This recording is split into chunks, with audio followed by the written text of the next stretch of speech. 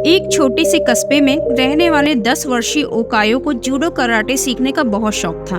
लेकिन बचपन में हुई एक दुर्घटना में बायां हाथ कट जाने के कारण उसके माता पिता उसे जूडो सीखने की आज्ञा नहीं देते थे। लेकिन उसकी जिद लगातार बढ़ती ही जा रही थी। तभी एक दिन उसके माता पिता उसे लेकर नजदीकी शहर के एक मशहूर मार्शल आर्ट्स गुरु के पास पहुँचे। गुरु ने जब ओकायो को देखा तो उन्हें अचरज हुआ कि ये बिना बाएं हाथ का यह लड़का भला जूडो क्यों सीखना चाहता है। उन्होंने पूछा, तुम्हारा तो बायां हाथ ही नहीं है, तो भला तुम और लड़कों का मुकाबला कैसे करोगे? ओकायो ने कहा, ये बताना तो आपका काम है, मैं तो बस इतना जानता हूँ कि मुझे सभी को हराना है और एक दिन खुद मास्टर बनना है। गुरु उसकी सीखने की दृढ़ इच्छा शक्ति से काफी प्रभावित हुए और बोले, ठीक है, मैं तुम्हें सिखाऊंगा, लेकिन एक शर्त है कि तुम मेरे हर एक निर्देश का पालन करोगे और उसमें दृढ़ विश्वास रखोगे। ओकायो ने हाँ में सिर हिलाकर सहमति दी। गुरु ने एक साथ लगभग 50 छात्रों को जूडो सिखाना शुरू किया। ओकायो भी अन्य लड़कों की तरह सीख रहा था, पर कुछ दिनों बाद उसने ध्यान दिया कि गुरुजी अन्य लड़कों को अलग अलग दांव पेच सिखा रहे हैं, लेकिन वो अभी भी एक किक का अभ्यास ही कर रहा है जो उसने शुरू में सीखी थी। उसने गुरुजी से इस बारे में बात की तो उन्होंने कहा कि तुम्हें बस इसी एक किक पर महारत हासिल करने की आवश्यकता है। समय बीतता गया और 8 साल बीत गए, लेकिन ओकायो एक ही किक का अभ्यास करने पर जुटा रहा।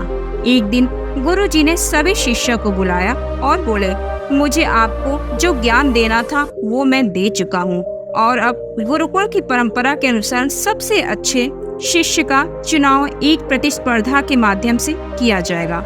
विजयी होने वाले शिष्य को मास्टर की उपाधि से सम्मानित किया जाएगा। प्रतिस्पर्धा आरंभ हो गई। गुरुजी ने ओकायो को पहले मैच में हिस्सा लेने के लिए आवाज लगाई। ओकायो ने लड़ना शुरू किया और अपने पहले 2 मैच बड़ी आसानी से जीत लिए। तीसरा मैच थोड़ा कठिन था, लेकिन अपनी अचूक किक से उसने इस मैच को भी अपने नाम कर लिया और फाइनल में पहुंच गया। इस बार विरोधी कहीं अधिक ताकतवर, अनुभवी और विशाल था। उसे देखकर ऐसा लगता था कि ओकायो उसके सामने 1 मिनट भी टिक नहीं पाएगा। शुरुआत में ओकायो को ये मैच जीत पाना असंभव लगा, लेकिन मौका पाते ही उसने अपनी किक का इस्तेमाल किया और विरोधी को धराशायी कर दिया। उसकी किक से विरोधी बेहोश हो गया और ओकायो विजेता बन गया। ओकायो अपनी जीत पर आश्चर्यचकित था कि सिर्फ एक मूव से उसने मैच कैसे जीता।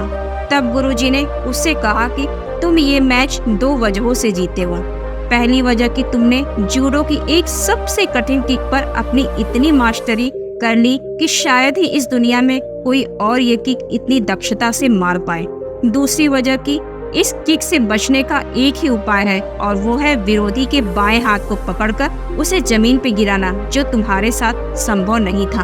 तब ओकायो को समझ में आया कि उसकी सबसे बड़ी कमजोरी को आज उसने अपनी सबसे बड़ी ताकत बना लिया है। दोस्तों, हर किसी के पास 2 विकल्प होते हैं, या तो वो जो चीज नहीं है उसका अफसोस करके रोता रहे, या उसी कमी को अपनी ताकत बनाकर एक मुकाम बनाए।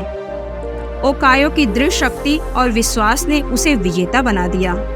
तो दोस्तों, हमें अपनी किसी भी कमी को अफसोस करके रोना नहीं चाहिए, बल्कि उस कमी को अपनी ताकत बना के इस्तेमाल करना चाहिए। जैसे आपने इस कहानी में देखा, हम सब की एक बहुत ही गंदी आदत होती है कि जो चीज हमारे पास नहीं है उसका अफसोस करके रोते रहते हैं, लेकिन जो चीज है उसकी कद्र हम कभी समझ ही नहीं पाते और इसी अफसोस में पूरी जिंदगी बिता देते हैं। लेकिन आज की कहानी में आपने देखा कि जो चीज हमारे पास नहीं है उसी को उस लड़के ने ताकत बना के इस्तेमाल किया और अंत में विजेता बन के उभरा। तो दोस्तों, आज की कहानी हमारी आपको कैसी लगी कमेंट बॉक्स में लिखकर जरूर बताएं और अपने दोस्तों को शेयर करना न भूलें। हमारा वीडियो अंत तक सुनने के लिए आपका दिल से अभिनंदन।